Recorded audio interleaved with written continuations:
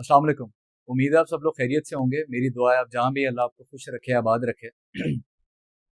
मैं जानता हूँ मैं काफ़ी अरसे बाद आप लोगों की खिदमत में हाजिर हुआ हूँ। मेरी वीडियो काफ़ी अरसे बाद आई।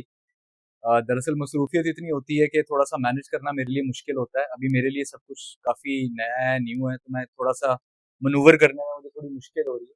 लेकिन इंशाल्लाह मेरी पूरी कोशिश है और कि मूविंग फॉरवर्ड मैं वीक में एटलीस्ट 1 वीडियो लाज़मी लेकर आऊँ इंशाल्लाह मूविंग फॉरवर्ड। मुझे काफ़ी सारे मैसेजेस भी आए इस हवाले से, आप अपने बारे में थोड़ा बताएँ, अपनी लाइफ़ स्टोरी के बारे में बताएँ। मूविंग फॉरवर्ड बहुत जल्द इंशाल्लाह लाइफ़ स्टोरी से रिलेटेड भी कंटेंट आ जाएगा। और अभी बस थोड़ा-सा मेरे लिए जो है ना मैनेज करना चीज़ें मुश्किल हो रही है, मसरूफ़ियत बहुत आती है जिसकी वज़ह से थोड़ा-सा डिले आया। आज की हमारी वीडियो का जो टॉपिक है, मौज़ू है, वो काफ़ी इंटरेस्टिंग है। आज हम बात करेंगे हीलिंग के ऊपर। अक्सर हमारे यहाँ बात होती है सूर्य रहमान थेरेपी पे, साउंड थेरेपी पे, हीलिंग पर कि अल्लाह किस तरह शिफा देते हैं, अल्लाह के कलाम में कितनी बरकत है और सारा कुछ।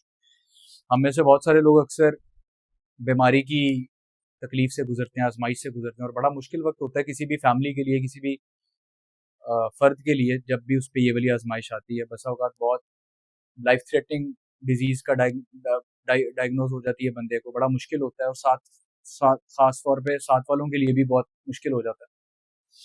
तो इसी से रिलेटेड एक अपना पर्सनल एक्सपीरियंस शेयर करना था जो मैंने कुछ अर्सा पहले एक्सपीरियंस किया, इस उम्मीद के साथ कि ये किसी के काम आ जाए अगर कोई इसी तरह के किसी फेज से गुजर रहा है या गुजर चुका है या गुजर रहा है। तो अल्लाह के अल्लाह की तौफीक से इस पे हम बात करते हैं, शुरू करते हैं सर। ये बात है 2024 सितंबर की, लास्ट ईयर की बात है। इसी सीजन की बात है। सितंबर मिड में मेरी दादी को breast cancer stage 3A diagnose हुआ था। बहुत मुश्किल वक्त था हमारी फैमिली के लिए और बहुत ही शॉकिंग था, सडन था, बहुत एक्सपेक्ट ही नहीं था किया, किसी ने किया भी नहीं होता। किसी कोई एंटीसिपेट तो नहीं कर रहा होता कि अभी बीमारी आ जाएगी या कोई मुश्किल आ जाएगी। तो इसी तरह सडन था उनका जो है। एक तो वो वैसे ही बहुत एजड थी, 70 प्लस थी, 75 76 के अराउंड। हार्ट पेशेंट भी थी, हैं अभी भी, डायबिटिक भी थी, अभी भी हैं।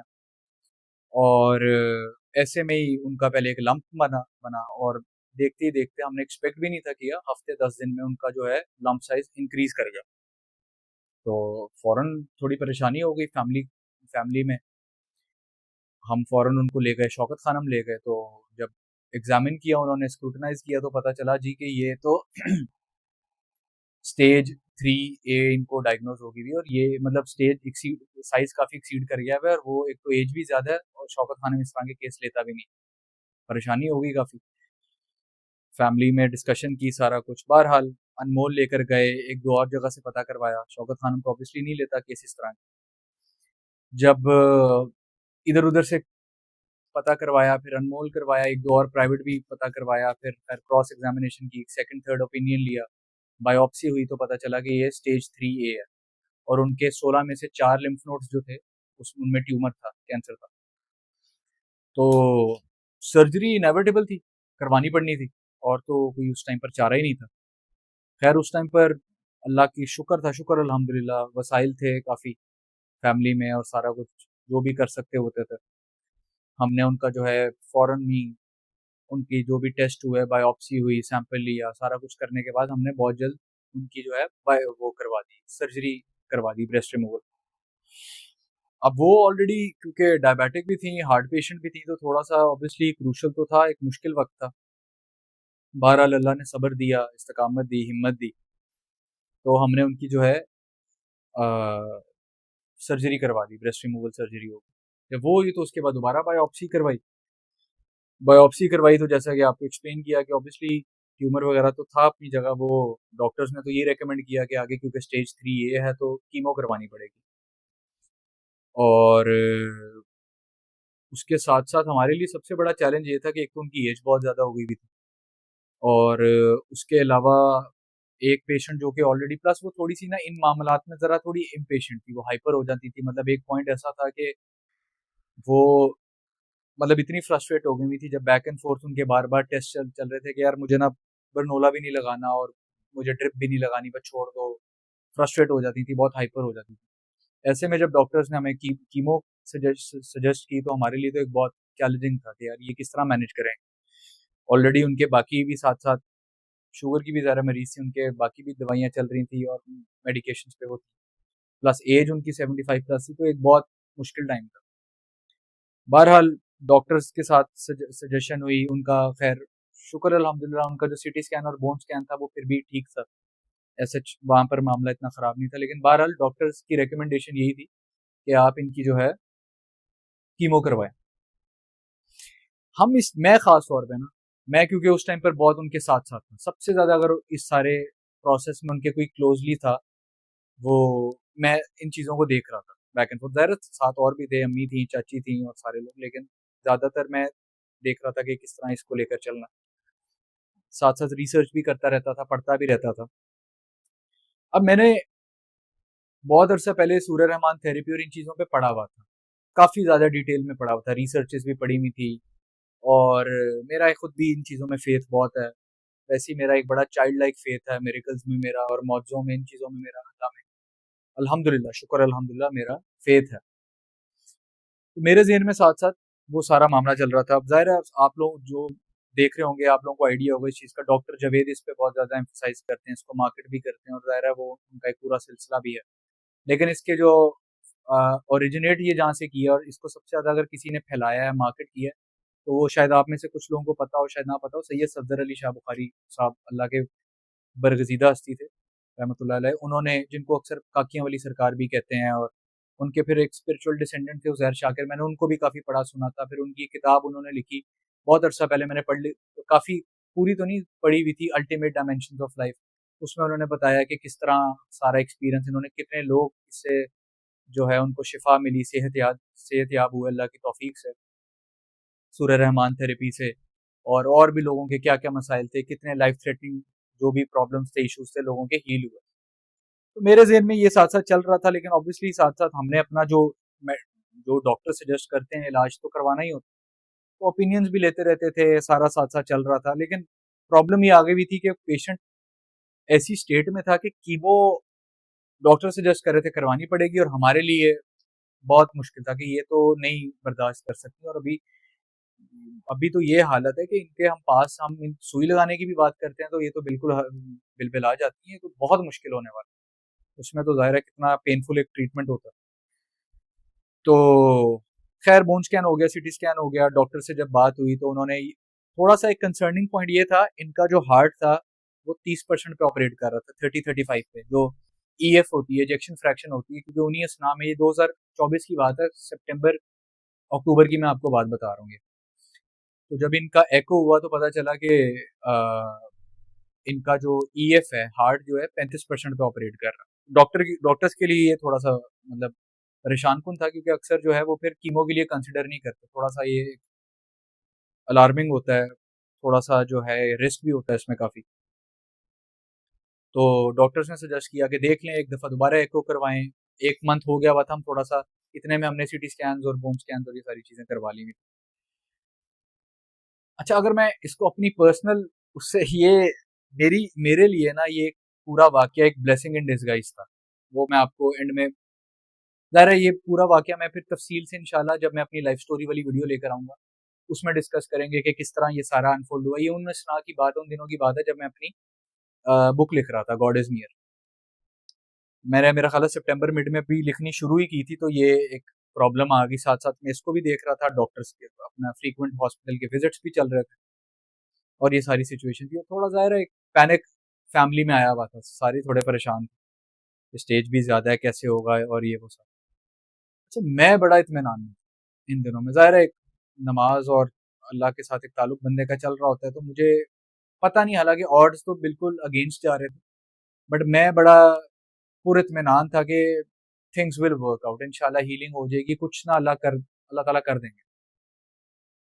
कैसे करेंगे, क्या होगा, ये मुझे कोई इन चीज़ों का अदराक नहीं था, लेकिन डीप डाउन ना मेरे में फेथ था। फ्रीक्वेंट जो हॉस्पिटल विजिट्स थे उनमें भी साथ-साथ मैं ही था, डॉक्टर्स कंसल्टेंट भी थे।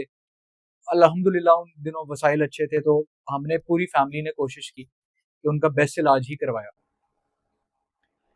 और खैर लास्ट जब हमारी अक्टूबर 2024 की बात है, डॉक्टर से जब सजेशन लिया अनमोल में, तो उन्होंने कहा कि कीमो तो करवानी पड़ेगी, लेकिन वो हेजिटेंट थे कि इनका हार्ट 30-35% पे है, तो थोड़ा सा ये हमारे लिए अलार्मिंग है, आप देख लें, ज़रा दोबारा चेक करवा लें। या ओरल कीमो की तरफ आ जाएं या देख लें मेडिकेशंस कर लें, वो रेडिएशन और उनकी तरफ नहीं जाते, इस तरह करके बैक एंड फोर्थ हमारी डिस्कशन चल रही है। अब ये मेरे अंदर एक उन दिनों थोड़ा सा एक और तरह का मामला चल रहा था। मैं उन दिनों ये यही अल्टीमेट डायमेंशंस ऑफ लाइफ भी पढ़ रहा था, और ये सारा डॉक्टर जावेद का और ये सैयद सदर अली शाह बुखारी और सूरह रहमान थेरेपी ये चल रहा था, लेकिन अभी तक मैंने फैमिली से इस पे कोई डिस्कशन नहीं थी की। ये मेरा अपना पर्सनली एक था। इससे पहले मैंने काफी इन चीजों पे पढ़ रखा था और मेरा फेथ था इन चीजों में, तो बुक भी लिख रहा था इन दिनों में। मैंने कहा चले कोशिश करते हैं अल्लाह का नाम लेके। मैंने फैमिली से डिस्कशन की क्योंकि उस टाइम पर पेशेंट की हालत थोड़ी क्रिटिकल थी और वो इस पोजीशन में नहीं थी कि हम उनको कीमो का कहते भी। उनको इन चीज़ों का पता ही नहीं था ज़ाहिर है, लेकिन अगर ट्रीटमेंट शुरू होता और बाल झड़ते तो ये उनके लिए बहुत क्योंकि वो बहुत हाइपरटेंसिव है, वो एकदम बड़ा ना हाइपरटेंशन उनको हो जाती है, वो परेशान हो जाती हैं, घबरा जाती हैं। तो ये हम सबके लिए बहुत प्रॉब्लमैटिक होना था। तो खैर मैंने बड़ा सोच विचार की, फैमिली से डिस्कस किया, दुआ की, अल्लाह से मदद तलब की। मेरे ख्याल में ना ये सूरह रहमान वाली चीज़ आई। मैंने फैमिली से डिस्कस किया, इन दिनों सर्जरी उनकी हो गई भी थी, और अब बस ये था कि डॉक्टर्स ही कहते थे कि आप लोग डिसाइड करें कि अगर आपने कीमो की तरफ जाना है। मैंने बहरहाल मैं इस चीज़ पे रजामंद नहीं, और एक दो काफ़ी बड़े डॉक्टर्स थे, सर्जन्स थे, उन्होंने कहा नहीं आपको कीमो तो करवानी पड़ेगी, बट मैं थोड़ा सा ढीठ हो गया, अटल हो गया। मैंने फैमिली से बात की, बड़ों से बात की, मैंने कहा यार एक जहाँ हमने सारा कुछ करा लिया, ये चीज़ भी ट्राई करके देखते हैं। और याद रहे कि उनका एक तो वो हार्ट पेशेंट भी थी, 30-35% उनका इजेक्शन फ्रैक्शन था, ईएफ रेशो जिसको बोलते हैं, जो एको करवाते हैं उनको पता होता है इस चीज़ का। हार्ट उनका जो है बहुत ज़्यादा अच्छा काम नहीं था कर रहा, 30-35% का, प्लस एज उनकी 75 साल, और उसके साथ साथ वो डायबिटिक भी थी, और ऐसे में डॉक्टर्स कीमो सजेस्ट कर रहे थे, तो ये सारा मामला था। मैंने बहरहाल फैमिली को ऑन बोर्ड लिया, डिसाइड किया कि यार महीना डेढ़ मुझे दो, दादी के साथ मैं इनके साथ थोड़ा टाइम स्पेंड करता हूँ, और let me try something new. तो उन्होंने कहा चलो ठीक है, डेढ़ महीना ले लो। बड़ों ने सारों ने जो भी फैसला लिया, चाचू ने और सारे लोगों ने, उन्होंने कहा ठीक है, अगर तुम्हें लगता है कि इस तरह करना है तो ठीक है कर लो। फैमिली मेरी मतलब बड़े कुछ मेरे अब्रॉड थे, वो इधर थे ही नहीं, तो वो भी एक बड़ी प्रॉब्लम थी, वो आ नहीं थे सकते, और सारा ये मामला था। खैर बहरहाल मैंने जो है अल्लाह का नाम लेके, अल्लाह की तौफीक से सूरह रहमान थेरेपी शुरू कर ली। वो एक वीडियो मिल गई, लोग डॉक्टर वो कारी अब्दुल बासित वाली भी सुनते हैं, बट मैंने एक और थी, मैं ज़्यादातर उस पे वो वाली चलाता था। मुझे वो रेसिटेशन, वो किरत वो बहुत पसंद, इस्माइल नूरी की है शायद या किसकी। तो अल्लाह का नाम लेके शुरू कर दी। वो महीना जो है, महीना तकरीबन रोज दिन में एक दफ़ा दो दफ़ा उनके साथ बैठ जाता था, पानी के 2 गिलास रख लेता था, दिन में एक दो दफ़ा चला देता था, साथ हम दुआ करते थे, और बस ये सिलसिला ना चलता रहा। और साथ साथ मैं थोड़ा सा उनके साथ ना टाइम स्पेंड करता था। वो काफ़ी उन दिनों वीक हुई हुई थी, बिल्कुल ही ना एग्जॉस्ट हुई हुई थी, थोड़ी सी मेंटली भी बहुत ना, एक बड़ी एक काट काटी, एक बड़ी मुश्किल से वो गुजरी।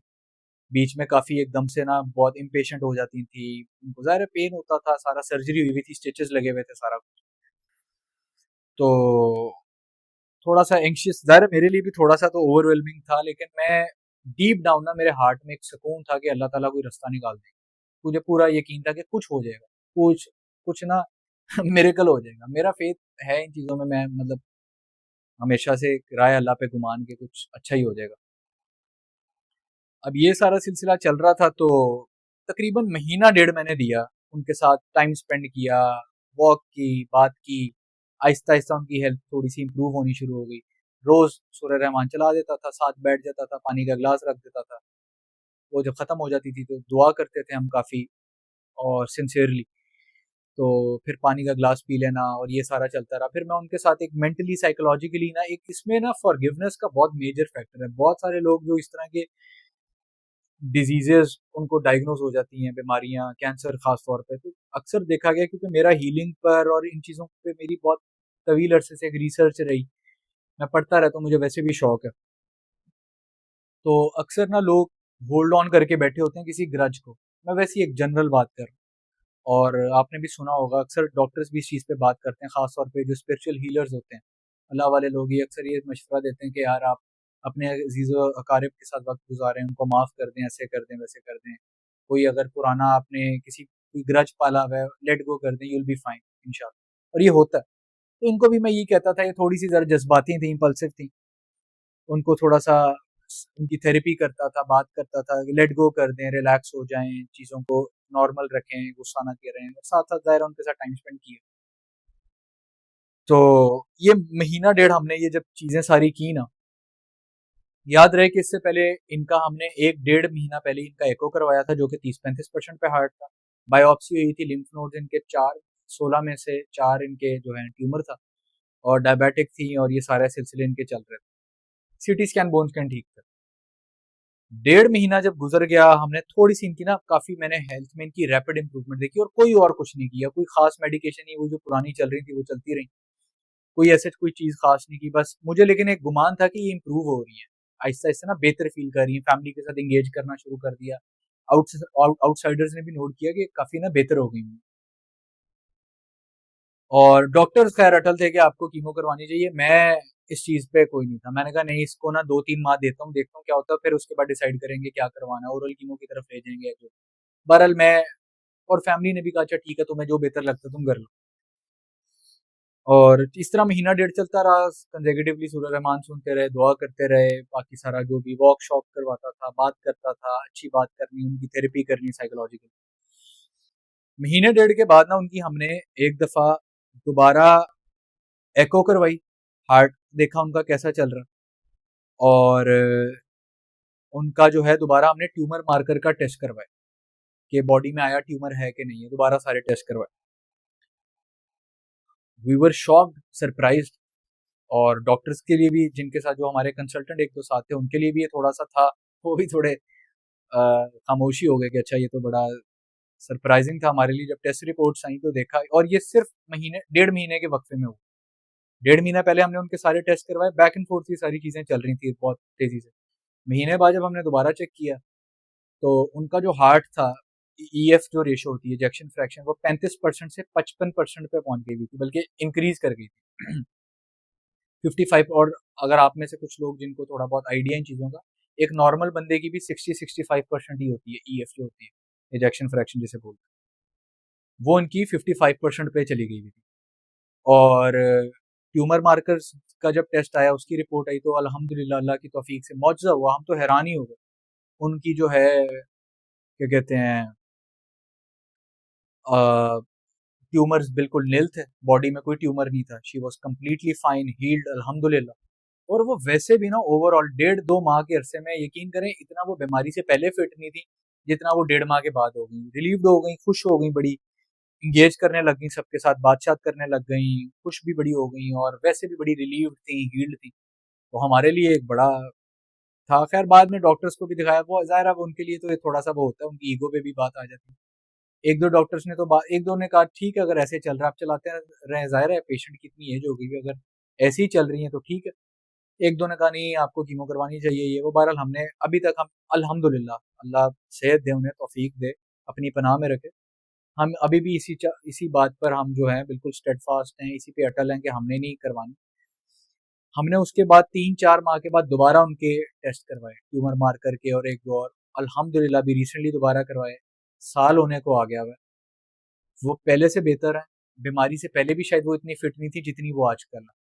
सर्जरी उनकी हमने करवाई, बिल्कुल करवाई, लेकिन उसके बाद कोई कीमो शीमो नहीं करवाई। सूर्य रहमान कभी ऑन एंड ऑफ करवा देते हैं, और दुआ जारी रही। अल्लाह का शुक्र, अल्लाह ने बिल्कुल मेराकुलस हीलिंग दी, और हार्ट भी उनका जो है पहले से बेहतर है। बीमारी से पहले इतना अच्छा नहीं था जितना बाद में उनका अच्छा हो गया, 55-60% पे ऑपरेट कर रहे हैं इस टाइम पे, पहले 30 पे था। ट्यूमर मार्कर्स अल्हम्दुलिल्लाह हील्ड। तो ये एक्सपीरियंस शेयर करने का मकसद ये है, हो सकता है आप में से शायद बहुत से लोग इस चीज़ से गुजर रहे हों, या गुजर चुके हों, जिन्होंने ये चीज़ एक्सपीरियंस की हो। अल्टीमेटली देखें, हीलिंग जो है अल्लाह की ज़ात ने देनी है। अगर आप में से कुछ लोग ऐसे हैं जो किसी इस तरह के पेनफुल दौर से गुजर रहे हैं, किसी मुश्किल दौर से गुजर रहे हैं, जिसमें कोई लाइफ थ्रेटनिंग डिजीज़ उनको डायग्नोज हो गई हुई है, उनके लिए पेनफुल है, उनकी अजीज़ व अकारिब के लिए, उनकी फैमिली के लिए पेनफुल। तो मैं ये नहीं कहता कि भाई, मैंने मतलब मैं आपको एक बात बताऊं, हम लोगों ने जो अपनी कोशिश में, अपनी इस्तात में बेहतरीन इलाज हो सकता था वो करवाया है। लेकिन अल्टीमेटली जहाँ पे जो चीज़ों को लेट गो करना था हमने करके, अल्टीमेटली शिफा अल्लाह की ज़ात ने दी है, और पहले से बेहतर की है। तो अगर आप में से कोई लोग ऐसे डीमोटिवेट हुए हैं, मुश्किल में है, परेशानी में है, डिस्करेज एंड डिप्रेस्ड हैं, हैव फेथ इन गॉड। अल्लाह पे मुकम्मल अल्टीमेट इटर्नल ट्रस्ट रखें। महीने डेढ़ के अंदर मुकम्मल सेहतयाबी दी और पहले से बेहतर करके दी है, डबल रेस्टोरेशन दी। तो अगर आप में से कुछ लोग ऐसे हैं, किसी मुश्किल दौर से गुजर रहे हैं, किसी तकलीफ में है, कोई बड़ा, मैं आपको बता रहा हूँ उनकी स्टेज 3A थी और शौकत खानम ने तो लिया भी नहीं और सारा इस तरह का मामला रहा। तो अगर आप इस तरह के किसी फेज में हैं, देखें ये कोई हार्ड एंड फास्ट रूल नहीं होता। आप अल्लाह पे कोई दबाव नहीं डाल सकते कि मैं वजीफा करूंगा या मैं सूरह रहमान 3 दफा सुन लिए तो ऐसे ही होगा, ऐसा कुछ नहीं होता। लेकिन हाँ, आप ज़ाहिर आप एक रास्ते की तरफ चलते हो, आप एक पाथ फॉलो करते हो और आपका फेथ अल्लाह पे होता है, हील अल्लाह ने करना। हीलिंग अल्लाह ने देनी है, मौजज़ाती तौर पे भी हील कर सकते हैं, नो मैटर क्या स्टेज चल रही है, अल्लाह मरे हुए को दोबारा ज़िंदा कर देते हैं, अल्लाह ताला की ज़ात बाबरकत ज़ात। तो ये वीडियो बनाने का मकसद ये था कि अगर आप में से किसी बंदे की डोर अटकी हुई है और वो परेशान है, तो मेरी दुआ है कि ये वीडियो उनके काम आ जाए। This could be a sign for all of you. अगर आप किसी ऐसे दौर से गुजर रहे हैं, अल्लाह आपको खुश रखे, सेहतयाबी दे। अगर किसी परेशानी में, किसी मसले में, मेरी दुआ है दिल से कि अल्लाह आपको खुश रखे, सेहतयाबी दे, हीलिंग दे। बस मुझे इजाज़त दें, अपना ख्याल रखें। अस्सलाम वालेकुम, अल्लाह हाफ़िज़।